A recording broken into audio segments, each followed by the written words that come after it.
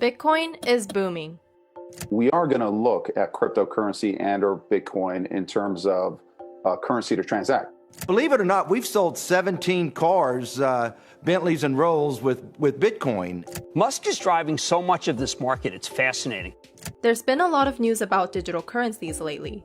Companies like Tesla, Square, and PayPal have been getting into cryptocurrencies in a big way, with big billion-dollar bets on Bitcoin specifically. Whether all this turns Bitcoin into a viable currency instead of a speculative investment or a store of value remains to be seen. But there's a growing number of governments around the world who aren't going to wait around.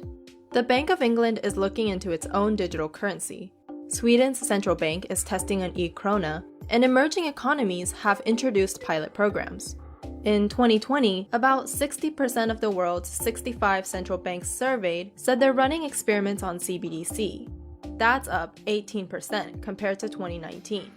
Advocates say digital money can make cross-border payments easier, promote financial inclusion, and payment system stability.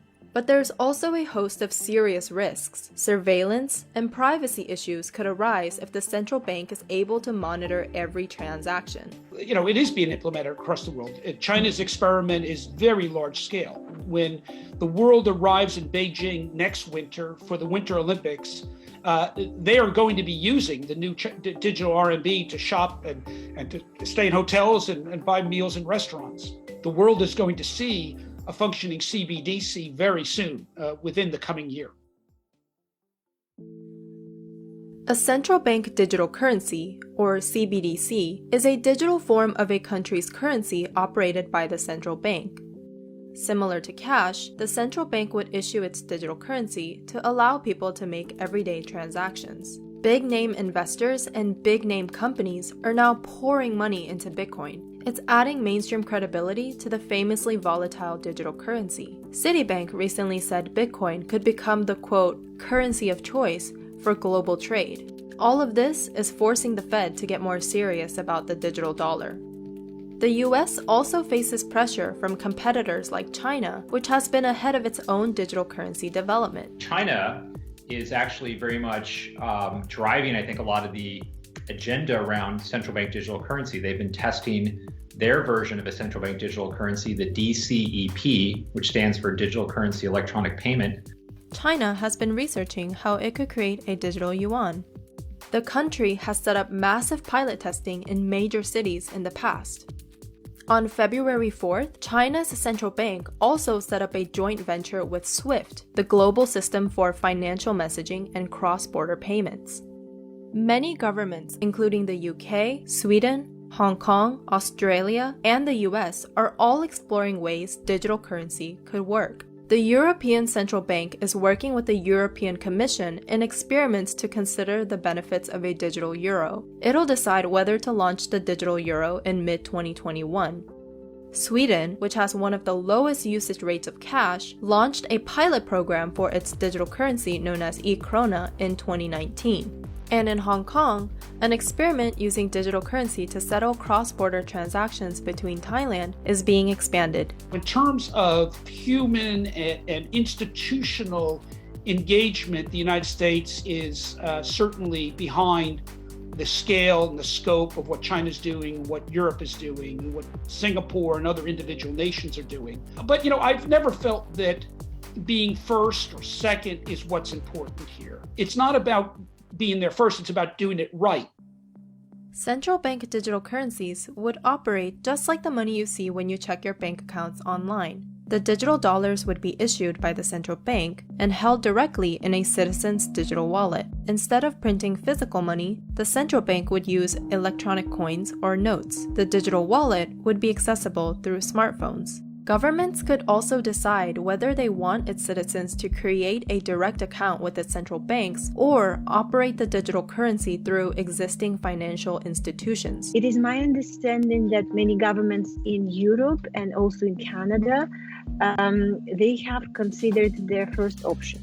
They really want to feel more like the direct relationship with the person, because they have experienced this need during COVID to distribute a lot of funds to people, and they didn't know where they hold accounts, like how to reach them.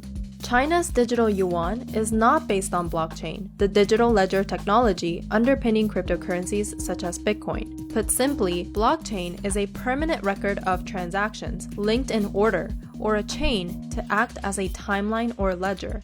And in Bitcoin's case, it's purposely decentralized.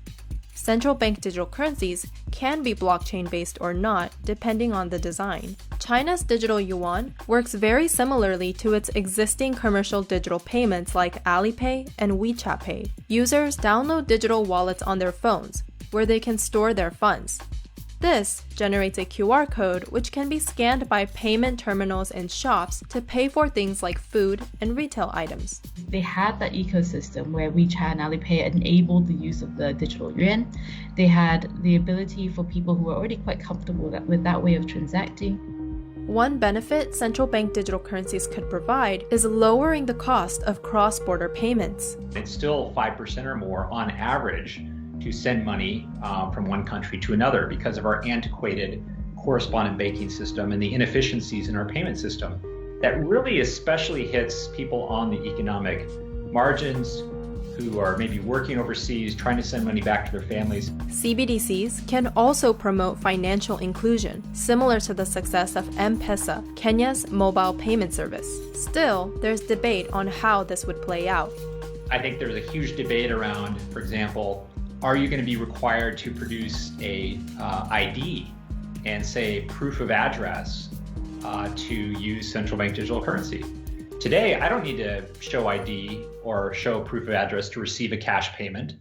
There's a lot of risks associated with central bank digital currencies. If we solely rely on digital currencies and there is a massive power outage or a hack, it could jeopardize the entire system. A single point of failure, say our grid goes down or the internet goes down or something catastrophic happens, you don't really have a backup if you're fully digitized. Most central banks say that it's likely CBDCs, if implemented, will coexist with other forms of currency. There's another big concern that a central bank-issued digital currency could cause a bank run during economic instability. Central bank-issued digital currencies give people another place to store money. These kinds of digital currencies would be considered extremely safe assets. After all, they are being held with institutions like the US Federal Reserve, which isn't going out of business anytime soon.